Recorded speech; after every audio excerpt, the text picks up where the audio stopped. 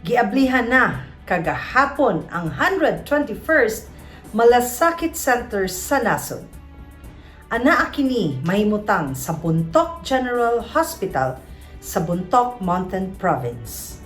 Ang virtual launching gitambungan ni Senator Christopher Lawrence Kuya Bongo, inubanan ni Presidential Assistant for the Visayas Secretary Michael Lloyd Dino ug sa mga opisyal sa lokal nga kagamhanan ug sa ospital. Gitunol ang labing-unang Socio-Civic Fund from the Office of the President nga nagkantidad og 2 million pesos ug laing 10 million pesos financial assistance gikan sa MAIP or Medical Assistance for Indigent Patients Program of the Department of Health. Kini mauna ang ika-67th Malasakit Center sa Luzon, 28 sa Mindanao ug 26 sa Visayas. Karong adlaw, laing malasakit beneficiary ang naistorya sa atong Malasakit Center team sa Visayas. Kini ang kaso ni Raymar Aurita Nacion, 29 anyos, taga Toledo City, probinsya sa Subo.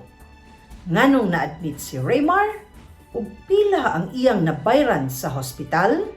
Ania ang interview ni OPAV staff Herty Lopez kang Raymar. Ano sa amin eh? Last year, March 2020. Nganong na-admit man ka sir og asa ni nga hospital? Na-admit ko tungod sa akong appendicitis. Then, na-admit ko sa Vicente Soto Hospital. Sir, sa imuhang stay sa Vicente Soto, katong operation nimo, maka-remember ka or maka-recall ka pila imuhang hospital bill? Dili ko maka-provide sa exact amount, pero roughly around 63,000, I think. Unya, gi-shoulder ba tanan sa Malasakit Center imuhang 63,000 nga bill? Yes, shoulder siya. Like, wala ko yung nabayaran. Sir, diin man ka nakahibaw aning Malasakit Center? One of my colleagues sa office na that time naglisod may kuan ba sa finances. Kay before ko na-admit sa dakong mama, so hurot-hurot ang savings. So katong time kay nangita ko kanang makatabang sa kuha para sa bills. Then nakakuan ko kauban ako sa work, then iya kong gi-refer sa Malasakit. Then mo to nakatabang jud mayo ang Malasakit sa kuha.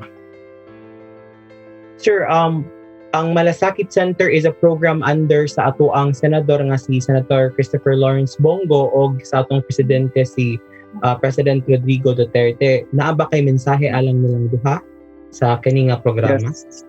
Yes, to Senator Bongo and President Duterte. Gusto kong magpasalamat sa tulong na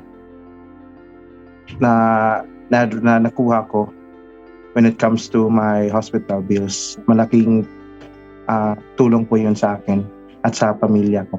Maraming salamat po. Walay nabayran si Raymar sa iyang operasyon nga miabot og 63,000 pesos nga hospital bill tungod sa tabang nga gitunol sa Malasakit Center.